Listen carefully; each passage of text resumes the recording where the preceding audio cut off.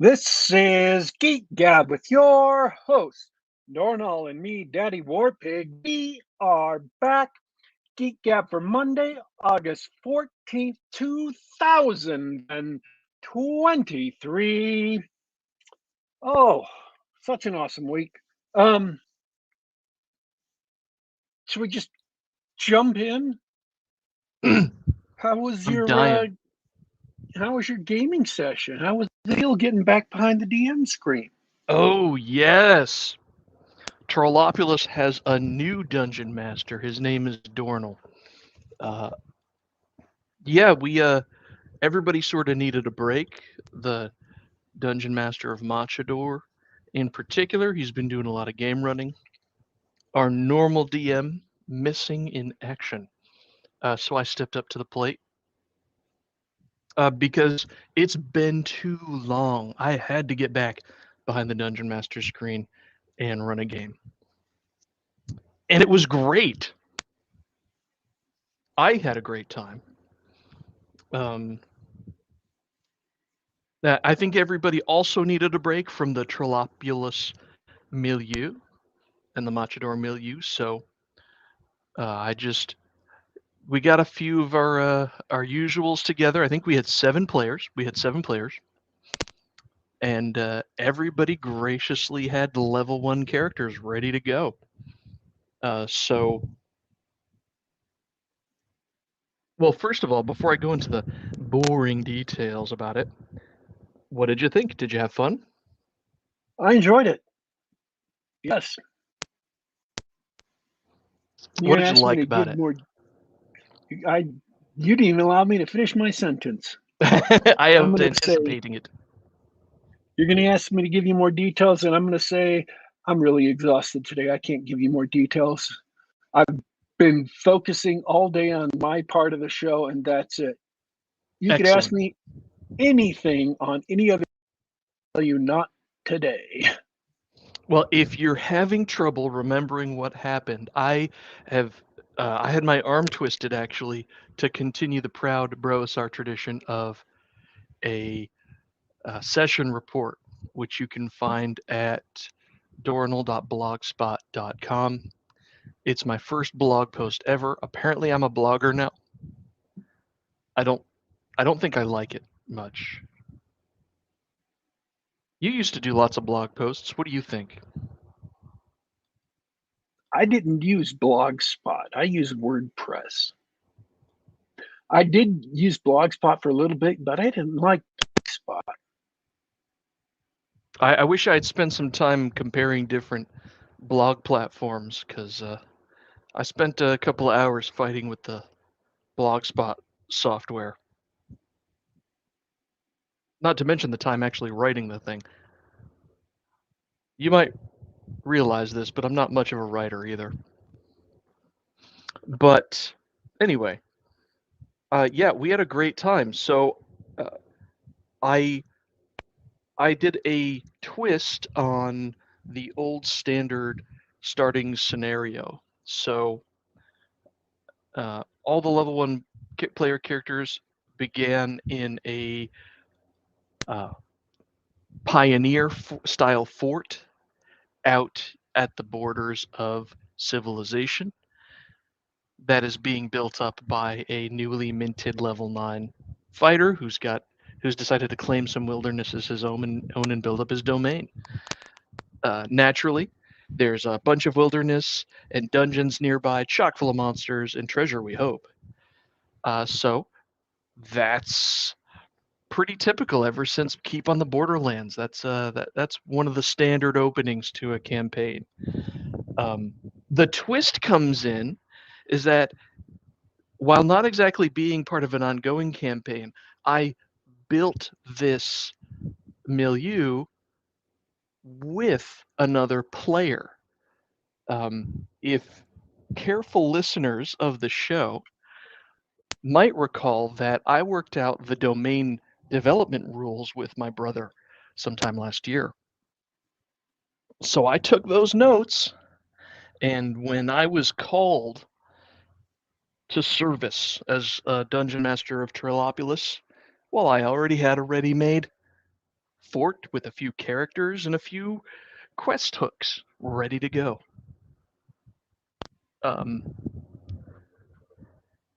And a grumpy naysayer might say, "Well, you didn't earn that. You just sort of made it up." That sort of thing. What's the difference between purchasing a module or just writing down NPCs and making up a new town hall cloth? What's the difference? Well, it's a whole lot more fun.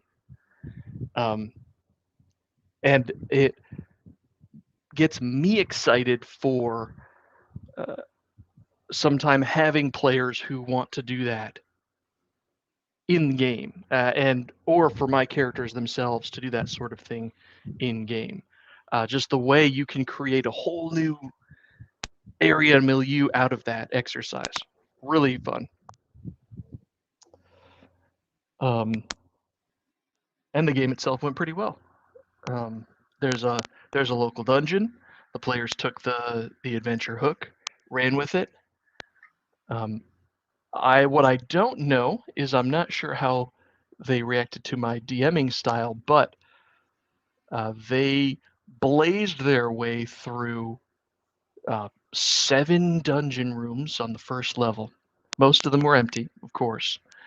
And the entire dungeon was generated on the fly using Appendix A. So that was secret number 1. Really good stuff. I've talked about it. I've used it sort of as an exercise, and I've been there as a player. But actually doing it in real time, in session, it makes for a really good game. Which you might not think. You might think your prepared dungeons, your one-page dungeon with monster roster and everything that is common in OSR-style games. Those are good. But you don't need them. More to the point, if you don't have one available, AD&D works out of the box. Gives you everything that you need. Something interesting happened during the game that I wanted to bring up, and I think I might even write a blog post about it. Macho Mandalf is not done breaking the game. He decided to play as his character concept an elf assassin. And I'm not going to go into excruciatingly long detail about this, but the elves in AD&D are very stealthy, and they have a great chance to surprise any monsters they come across.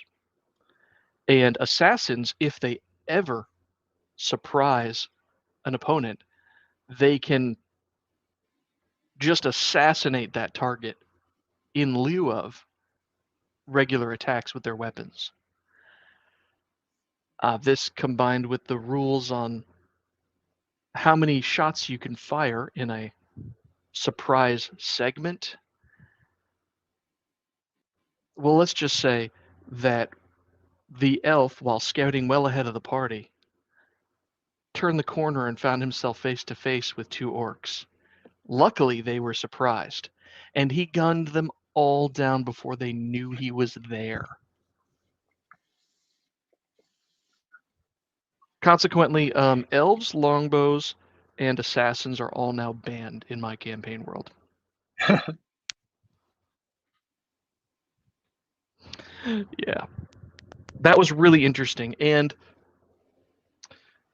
yeah, exactly, Bradford. They're lethal when they catch a target unawares. The 2 things that really stood out to me had to do with the ranged weapon. If that's a red flag to any game master or would-be game designer, yes, that's incredibly cheesy, but the rules as written stand. You may assassinate with ranged weapons. And yes, when you are firing a readied missile in a surprise segment, you fire at triple rate. So he had the option of just firing something like 6 arrows for regular damage, or assassinating 3 out of the 4 targets in a single segment.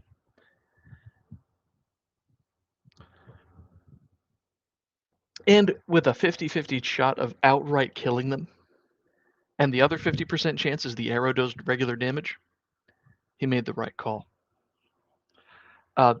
Legit rules is written. Do not mess with halfling or elf assassins at all. Oh, that's hilarious. Warpig, do you know what I just realized? Because halflings have that stealth advantage too. I think someone needs to one-up Deadleaf the assassin with a halfling who uses sling stones or darts. Can you imagine making assassination rolls with darts? It's terrible.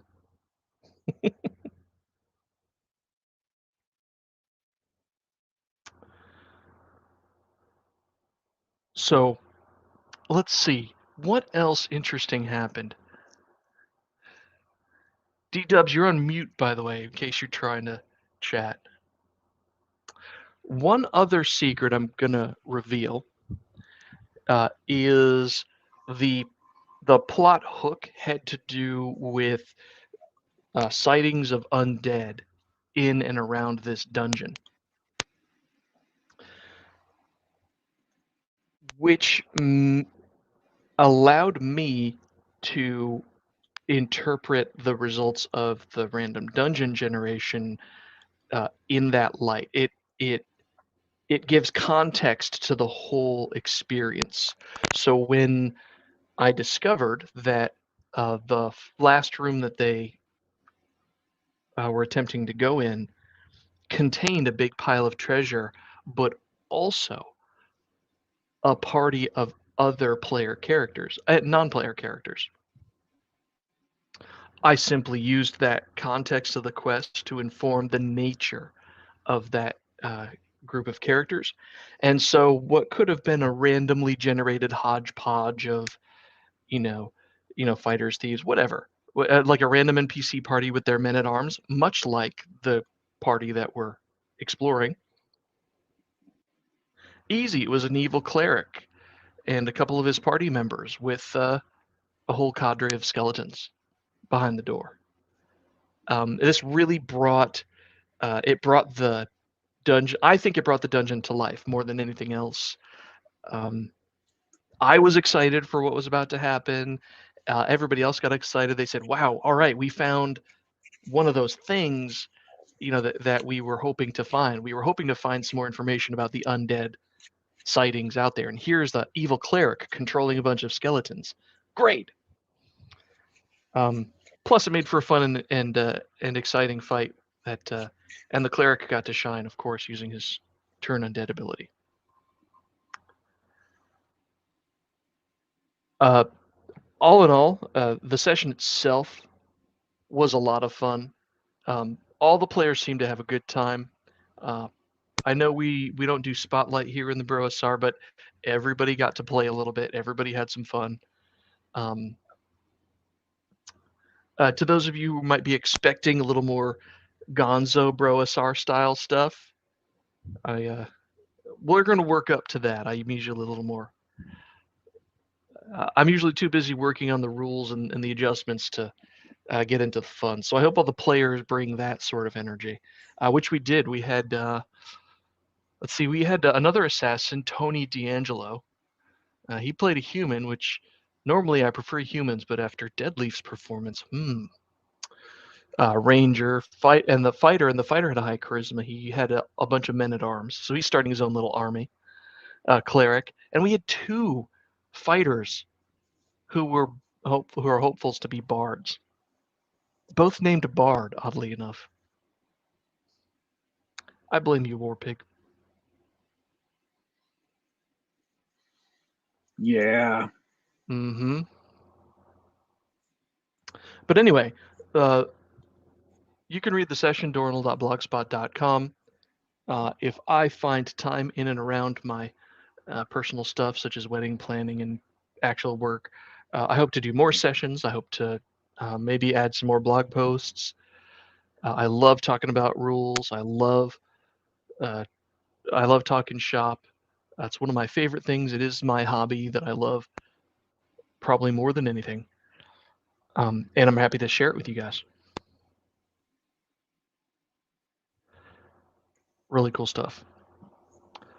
So, that's what's exciting me, Warpig. What's that?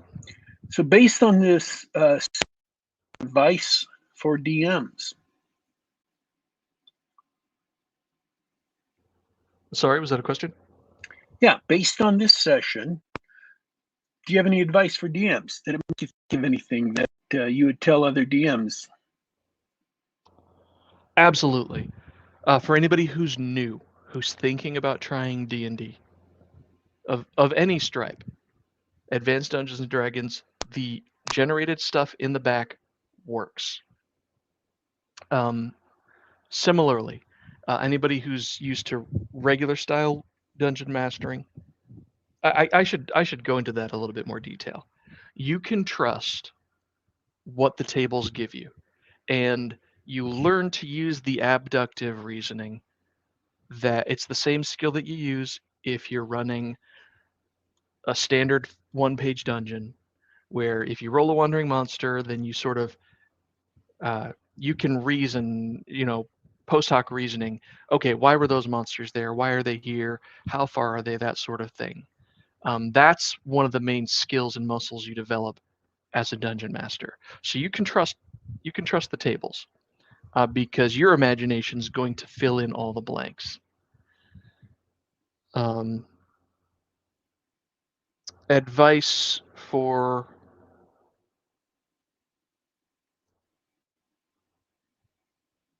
I I don't suppose that I have any other specific advice except for here are things that I like to do when I'm at the table that are I think help me run the game more efficiently, which is the first thing that I would advise DMs to do is shut up. Sometimes, and it's hard for me because I like to answer all the questions that come up, but sometimes people are just musing out loud. Sometimes they're talking to each other, and we all know, or most of us know through experience, that players who take initiative and actually do things, take actions, lead the party on through the dungeon, right? They're going to drive the game forward. So my advice is to just shut up and get out of the way. And if it gets quiet or if people are kibitzing, like talking off topic, you can just say, remind them, hey, by the way, you guys are here, and I'm just waiting for you guys to give me actions. All they need is just a little reminder. Hey, you're not waiting on me. I'm waiting on you. The other thing that this is seems like a minor thing, but as a rules experiment, I did all of the surprise rolls myself behind the DM screen. I think there's a good technical reason for it, and that makes the game run smoother. So in Dungeons and Dragons, when the game master, when you've determined that there's going to be an encounter, one of the first things you check for is whether one or both of the sides of the encounter is surprised. And typically, we have been rolling each a member of each party rolls the surprise, and then we figure out what the surprise is. And I have observed that it does a few things that are unwelcome. The first is the players know ahead of time that there's a potential encounter. The second thing is that it takes extra time for them to roll the dice. And that's a problem because the characters actually don't have any decisions to make or actions to take until after surprise is determined. So if standard example, Dungeon Master says, okay, you walk 30, you turn the corner and roll for surprise. and the game screeches to a halt. It's not a long pause, but if the game master rolls the surprise and remembers that there's an elf in the party or a ranger in the party and so on and so forth, and predetermines that one is surprised, whoever's surprised, whether anybody's surprised or not, then the game master, once he knows that, he can determine how far away the encounter is, the distance between the two parties. And then there's no guesswork and there's no rearranging and it's really simple. Okay, guys, here's what happens. Here's the scenario. There's a beholder 30 feet away from you and neither of you is surprised. What do you do? Right? And you skip over the back and forth, the time consuming back and forth and the questions, and you skip straight to the point that the players care about. Okay, what do I do? And then you proceed as normal. That was a lot of words to say that, but my experiment with it last night, I think it worked very well. And now that I've actually verbalized it, I think I'm going to go back and ask the guys in our game Discord what they thought of it. I think it's a great improvement to the process. Just one more tool in your DM arsenal. Do you regret asking for advice yet? No. That's why we talk about these things. Is we can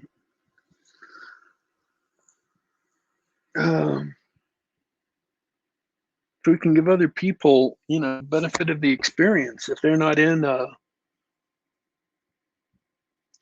campaign run according to these kind of rules, and they don't have the experience of them, there's some things they may not have yet had a chance to try.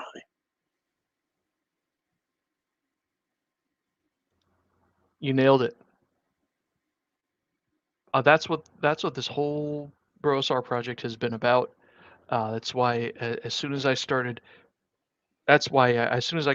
reading about it, I got so involved.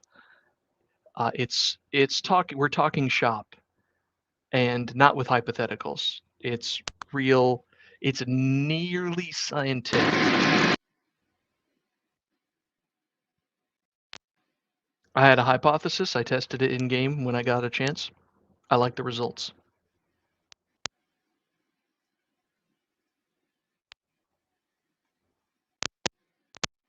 I think, although that I'm gonna put a pin in that. I'm gonna have to write a blog post about that. But I think that's all my excitement for 1 week. I already got one request for downtime action, but who knows when we'll play again. I think everybody wants to hunt a dragon in Machador.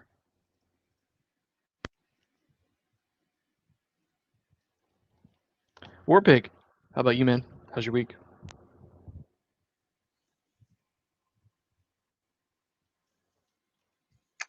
I finally saw the last, and I just found out today, like 4 days ago. So I wasn't even late on this.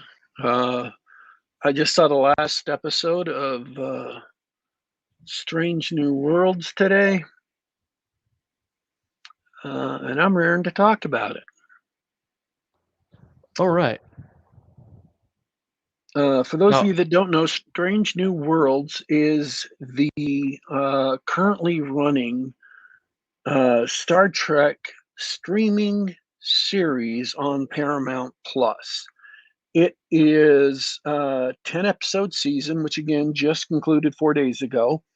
And it's set with Captain Christopher Pike aboard the USS Enterprise. The original pilot episode for Star Trek was with Captain Christopher Pike, and the network didn't like it, so they sent it back to retool it, and then they took it away and came back with James T. Kirk and the crew that we know,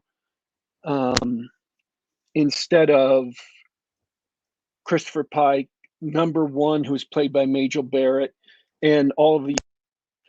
And it was later retooled into a two-parter called The Cage, with Pike infamously ending up in a chair where he could only talk flashing. So this takes place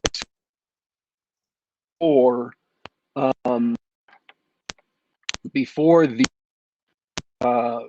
Captain Kirk ever became captain of the Enterprise. Okay. I want to say this. There are expectations you come to this show with because of where it's set and because of who some of the characters on the show are. They have an actor playing Spock. They have an actor playing Uhura. James T. Kirk shows up in a couple of episodes. He's a lieutenant aboard a different starship. Montgomery Scotty shows up in an episode, and so on and so forth. And this show is actually decent science fiction, but is actually really bad at carrying the expectations of Star Trek. The question people ask is, well, if this show wasn't, Star Wars or Star Trek, would people watch it? My answer would be, this show comes off a lot better. It's a lot more enjoyable. And it's a lot higher quality if you pretend it isn't Star Trek, because then you're not expecting it to be Star Trek. If you just pretend that these are other characters, it's a good, or not really good, it's a good science fiction. It's an enjoyable science fiction show. Interesting things. In the time they just got done with the war with the Klingons just a few years ago, and so a lot of the characters on the show are veterans who literally fought in the war, and they have a couple of episodes that include, for various reasons, flashbacks to the Klingon War. So they're literally on the front line of battle, on the front line, on the ground, in the war, and it's a really compelling episode. And it's enjoyable to watch. It was well done, this particular episode, and it's it dealt with PTSD. It dealt with war crimes by the enemy. It dealt with all kinds of things. And as far as a science fiction show goes, it was a good science fiction show. If you're real attached to Star Trek, you're going to expect that utopian Starfleet that was part of the original series, part of the Next Generation, and you're going to really dislike the show because that's not what this is. So what I'm saying is, it does a bad job of carrying all your expectations from Star Trek. But as far as being a science fiction show, it's a good science fiction show. It's an enjoyable science fiction show.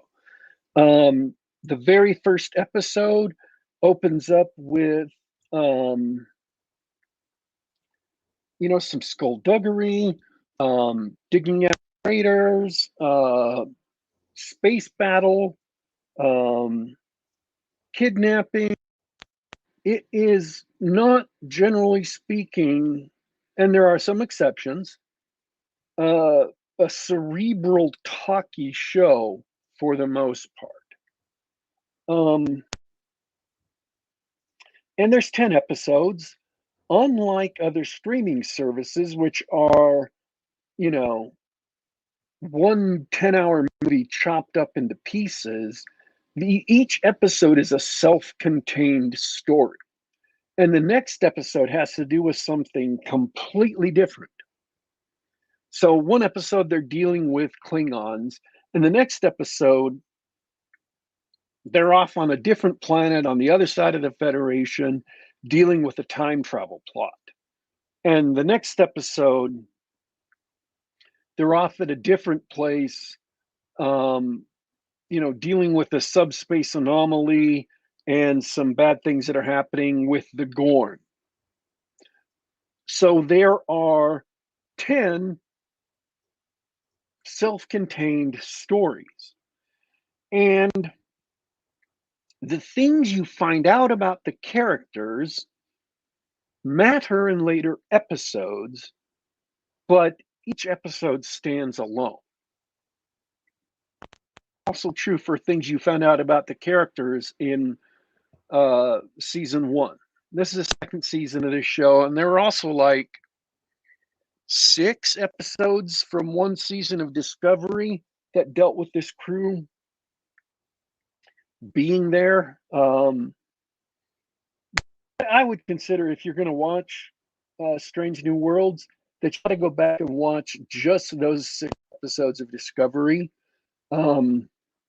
because they do introduce the captain. They do introduce, the characters on this ship. And they're working because they were the best part of Discovery. And it led into a good standalone series. It is. There are a lot of things, and this has happened with every Star Trek series. They always have these continuity errors. Complete disregard for continuity has been a big problem with Star Trek. So once again, if you're dealing with expectations of continuity, even from Discovery, you're going to be, well, I say disappointed, but I was happy. I thought Discovery's Klingons, I thought terrible. But these Klingons look like the Klingons from the original series movies, from the 6 movies. Oh, yeah? And from Next Generations. I was happy because they looked like real. The big bony forehead and all. Yeah. I mean, it's a continuity, it's discontinuity from Discovery, but that was just gravy for me. That was just like, oh yeah, great, I'm back, I'm excited. It made me happy. But again, if you're the further you can get Discovery, the happier I am, pretty much. I'm not surprised to hear that. But it really is good. It's a good action science fiction series with some, like any TV series, they have some talkie episodes. Every TV sci-fi series I've ever seen had talkie episodes. Babylon 5 did. So this is no exception, but talkie episodes are the minority. And even when they do have talkie episodes, they're not entirely talkie episodes. Still a good 40 to 50% of their show is going to be action and other things. You don't do a lot of sitting around in rooms yelling at each other. And even the talkie episode was actually pretty interesting. They dealt with interesting science fictional concepts in a not terrible way. What's an example of a science fictional concept? One of the characters turns out to have been part of a colony that, in order to survive, they genetically engineered themselves. They were originally human. They didn't radically genetically engineer themselves, but they added genetically engineered augmentations to their children, which is because of Khan Noonien Singh and the genetics wars, which is the nuclear holocaust that destroyed Earth, is illegal on Earth and now in the Federation. And in order to joined Starfleet, she lied about her being genetically modified. And this is the season finale of the first season. Is she gets somebody turns her in, she gets arrested, and so she's in jail. And they have to go through a defense of trying to not get her thrown in jail for 20 years or trying to get her a slap on the wrist, or even trying to get her reinstated in Starfleet. And so there's a trial of this character, and any trial is going to be a somewhat talky episode. But in addition to that, there's characters doing things on the ship to try and figure out who turned her in. Why did they turn her in? Can we get access to these, communications records? Their private communications records. Can they try and, slice their way into the records? Well, that'll make it inadmissible in court. What can we do about it? In order to get a good lawyer, Pike has to fly off to this colony of genetically engineered humans that the Federation wants nothing to do with, and try to convince someone to from there to come and defend her. I mean, it's an interesting episode. It's just not, an action combat episode. Got it. Speaking of episodes, Simon Hogwood wants to know what you thought of the Lower Decks crossover.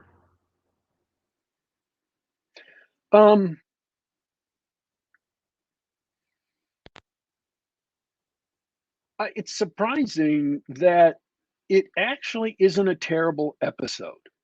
It's not the best episode in a season, but it's still watchable. I still enjoyed it. So was it actually done as a cartoon? No, it was done as live action. Okay. They brought the characters came into Strange New Worlds, and they were done as live action.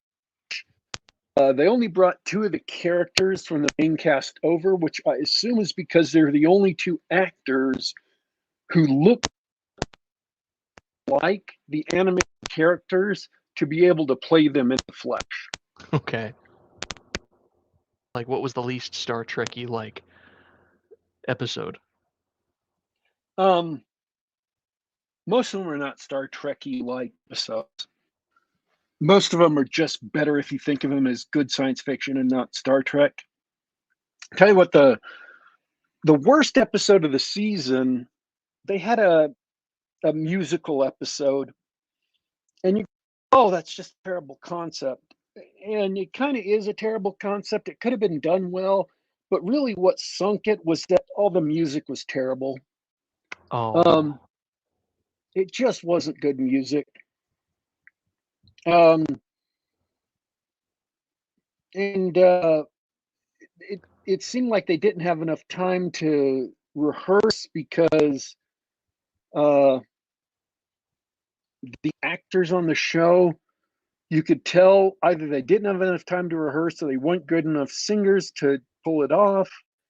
Buffy the Vampire Slayer's musical episode was much, much better. Scrubs' musical episode was much, much better.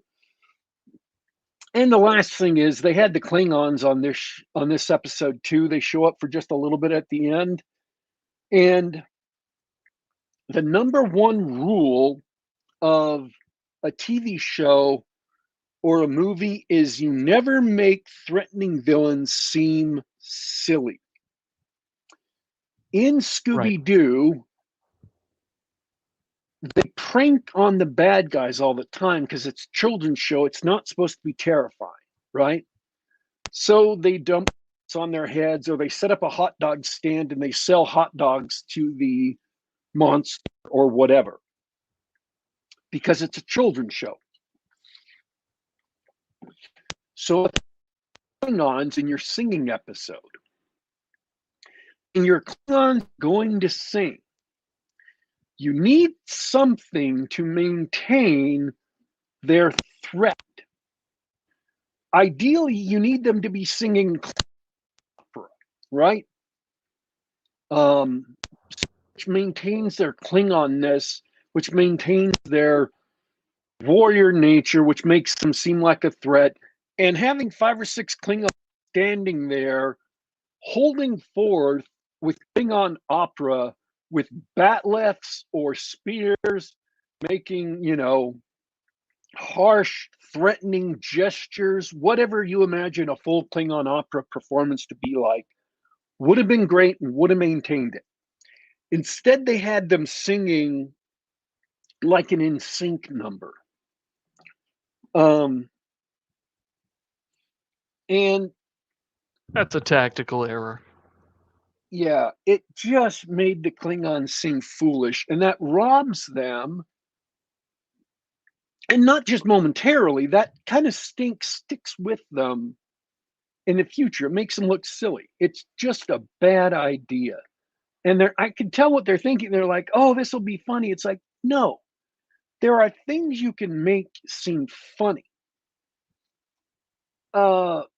If you would you rob them of their menace. Nobody's scared of a guy in glasses. Yeah. If you had run into like a Ferengi ship and they had ended up singing like a boy band, that would be funny because Ferengi aren't meant to be, menacing, or a Packlet, or any one of a number of different races that are Vulcans would have been funny singing in a boy band because it's a staid, logical race, sing like a boy band. It makes them seem kind of silly, but everybody on the ship seemed kind of silly because they were singing. It doesn't take them far away from their base, and they can go back to being logical. It doesn't rob them of their logic or reason any more than being in a musical episode would anyway. So yeah, that was a grave error. Of all the episodes, and I'm not saying it was a terrible episode, it wasn't a great concept. If it had had really great music, if there had been some bangers in there, then it would have been, a good episode. But it didn't have great music, and they did the Klingons dirty. Buffy the Vampire Slayer, their musical episode had good music in it. They had some of the songs were really good songs, enjoyable songs. Scrubs had some great songs in their musical episode. Not everybody needs a musical episode, man. Not everybody needs one. I'm just taking this from the point of view as if you're going to do it, if you're going to do a musical episode, you have to have good music. That's like the baseline requirement. And it wasn't. I just want to make clear this wasn't a holodeck episode, right? This wasn't Data and Riker hang out with the Rat Pack, right? No. And the reason was dumb too. Someone else pointed out on that if they were going to do a musical episode, they should have had like a virus or spores or something in the ship that affected the crew. Instead, they had it be a subspace anomaly, which was just stupid. It was not a concept to have a musical episode to begin with. The cause of the musical episode wasn't great itself. The music was terrible. It was okay. It was all right. The characters dealt with it in an interesting way. You got to. The rules of a musical are that when emotions get to be too strong that you can't talk about them anymore, you start singing. And when the emotions are too strong for song, then you start dancing. So because of this subspace anomaly that's going on, they were living under the laws of reality for a musical. So given that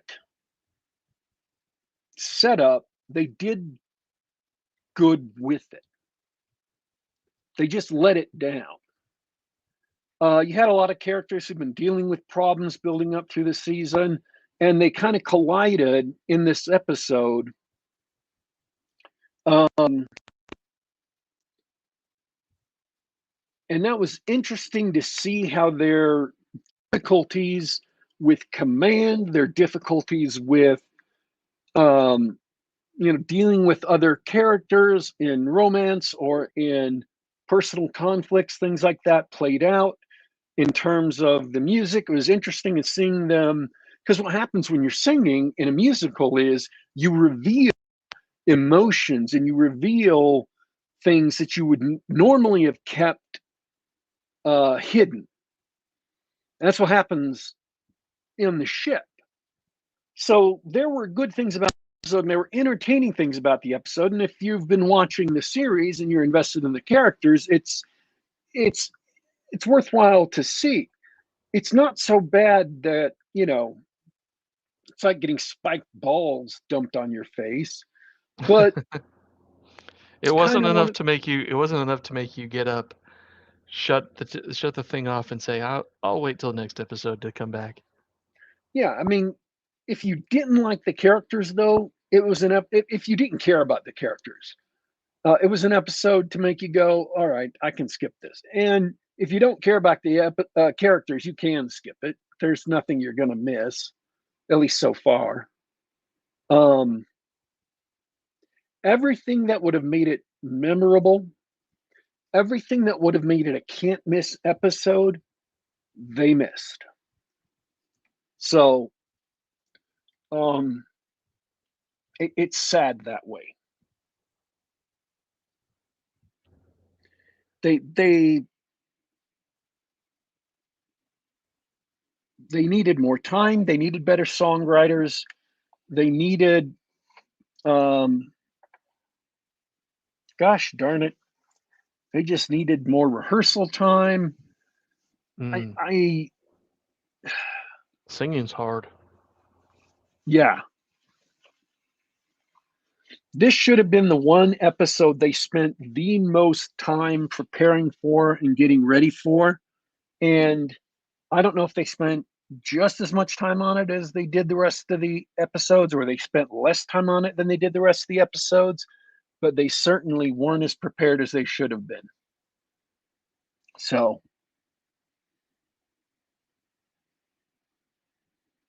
Bad yeah. call. But yeah, if you don't care about the characters, you can skip it. On the other hand, if you've been following the drama and you want to see, there are relationship developments that happen during the season that this is a critical episode to keep track of. Well, at least they put it in the middle of the season instead of up front. Yeah, it's actually number 6, I think, or 7. Yeah, that would be something that I imagine I would tune into. Let's check out this new Star Trek show, and then turn it off after 30 seconds. Let's not. I hate this show. No, actually, the first episode is really good. It's one of they start strong. And none of them are, just because they're going with self-contained episodes that each have to tell a story, and they start, middle, and end, and they have to be good stories, and they're really trying hard to make them good stories. They're not there's no like filler episodes like that. They're really trying hard to make each episode work as a story. And there are flaws here and there. I'm not going to say it's perfect. That's why I said it's a good science fiction series. It is better than most other streaming sci-fi series I can think of. Not as good as The Expanse was. people can toss names out at me in the chat. Better than all the other Star Trek series on Paramount Plus. Did you say Better you than liked it anything better else. than The Expanse? No. It's not as good as The Expanse. God, But okay, that's what I there's not thought. there's not many others I would say are better than this. It's better than just about every other streaming series I've seen. And it's probably better than most of their mainstream sci-fi series in the past, 5 years, 10 years, whatever. Genuinely trying to make a show where being bold, being explorational, masculine are all good things. The captain is a masculine man, and that's presented as a good thing. He's not shamed for that. They go out into space and they fight the bad guys and sometimes negotiate. But that's not presented. Fighting, shooting, blowing bad guys up is not presented as a bad or a shameful thing. They're not called on the carpet for it.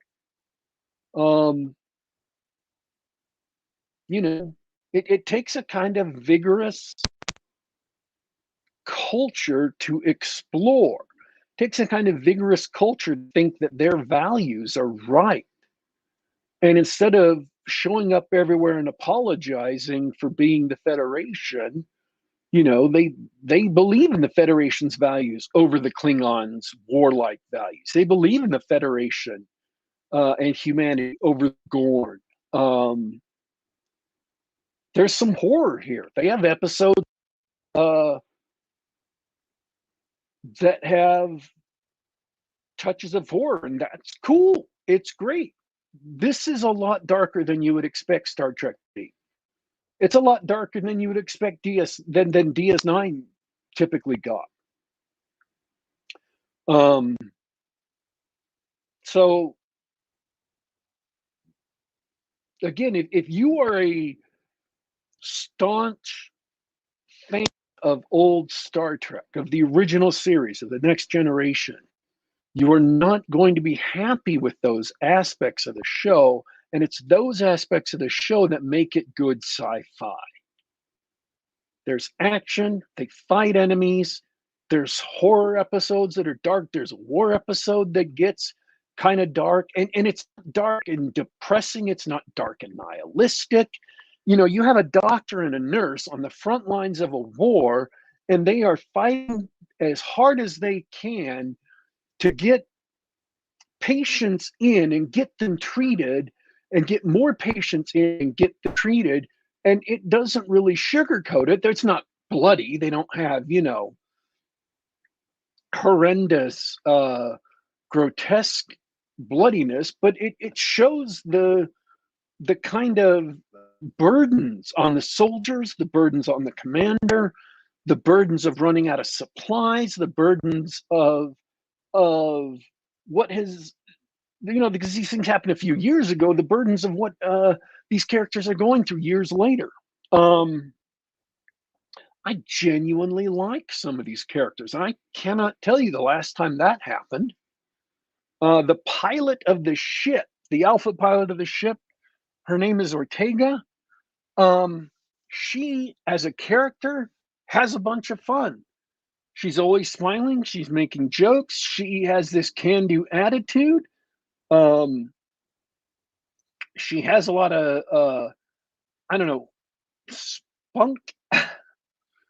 I started to really like her about episode 3 or 4. And I really enjoyed her for the rest of the series. She's just fun to have on screen. I mean, do you know how long it's been since I've had a character, especially someone who's supposed to be a strong female character who I can just enjoy watching on screen because she's not condescending. She's not perfect. She's not there to make all the men look bad. She has her job. She does it, but she has weaknesses and she has to work hard. And And when she gets personally taken off a mission because she has to go do something else, instead of whining about it and complaining about how it's because she's a woman, she just sucks it up and does her job and acts like a professional. I mean, I suspect holy, this never happened before. it's great to see Starfleet personnel acting like professionals. Just don't expect it to be the original series of the Next Generation, because it's not. Mm. It's not Star Trek in that sense, but it's good sci-fi. It's enjoyable sci-fi. And I'm not trying to oversell it, but we're in a period of time when just good TV seems really amazing, just because there's so much crap out there, you know? Oh, I know. It's really bad out there. So it's heartening to hear that there's some decent stuff out there, especially with a old show like Star Trek. Do it a little bit of justice. You don't have to copy what the original series was. Yeah, so I enjoyed it. I mean, I enjoyed the episodes. I enjoyed watching it. And I don't have to qualify that with anything. I don't have to say, the only episode I'd really have to qualify is the musical episode.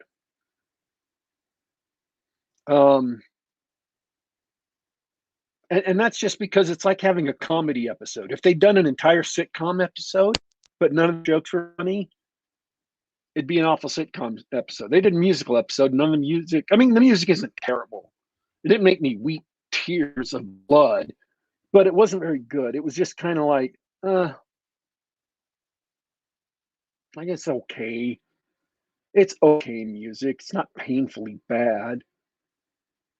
It's run of the mill, I would say. Run of the mill music. Just nothing that really stood out. I mean, the end of the episode, Uhura is like humming the music, and everybody on the bridge is looking at her because they're suddenly afraid that it's not over. And she's like, "Sorry, earworm." And I'm like, "No, it isn't. No, you are lying. You are lying. None of that music was an earworm. I can't remember any of that music." They sold albums of the Buffy TV show music. They aren't going to Yup. sell anything off of this show. That's how Nobody's going to listen to that music again. So I know you're talking to someone who's paid to have a specific opinion. So yeah. So and it's 10 episodes. They're all just about 60 minutes long. Spock isn't Spock, but there's reasons why. So don't go into it expecting it to be Star Trek. He's not a bad character. The character is an interesting character to watch. It's a fun character to watch. Just don't expect it to be Leonard Nimoy playing Spock. Sure. That's all I'm saying. Is go in with these specific expectations. They've got this guy named Spock on screen. Just don't expect it to be Spock. Take it for exactly what it is on screen, and you can enjoy the show. Because it is actually good. It's just not Spock. That makes sense. I mean, no one's ever going to replace Nimoy anyway. Yeah. And if the writers are, whether they know it or not, creating a Star Trek series that isn't telling the same types of stories that Star Trek did, these characters will not come out the same. The writers are just different. Yeah. Instead of Starfleet, just think of it as the Space Navy or whatever you want to call it, It seems like a positive spin on the this scourge of media where talentless people or people with a political agenda, they'll take over writing the next reboot or next iteration of whatever beloved IP franchise is hot, and they write completely different characters. They quote unquote ruin the characters that you remember, that sort of thing. This sounds like a positive side to that, where they are not setting out to write a Star Trek series, but they do intend to actually write an entertaining show. They're not trying to crap on Star Trek. They're not trying to make it seem like garbage. They don't hate Star Trek. They don't hate the characters. They are genuinely making the best show they can. It's just not the original series. It's just not Star Trek. And that's fine. As long as you know that when you go to watch it, you can enjoy it on that level. Just say, hey, let go of your, expectations and roll with it. I mean, if you can't, that's fine. I'm not saying you have to. I'm not saying you're a bad person if you can't do that. If it just you're grates a bad on, person if you can't do that. If it just grates on your nerves, no worries. Then it's not for you. But yeah, once I got into that, once I was like, oh, okay. And again, it took me to like the third episode before I was like, oh, okay. Then I was fine. I was like, okay, yeah, I could really just lean back and enjoy it. It really is good science fiction. I'm glad I watched it. And there are so few shows that I can sit back and say, I'm glad I watched that. Sounds good. So, I'm glad you liked it. That's it. That's all I have to say.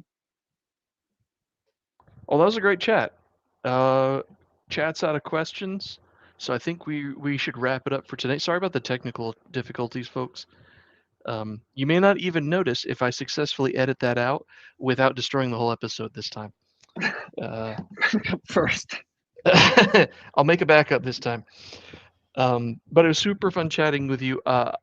If you like science fiction, Warpig recommends your Star Trek Strange New Worlds.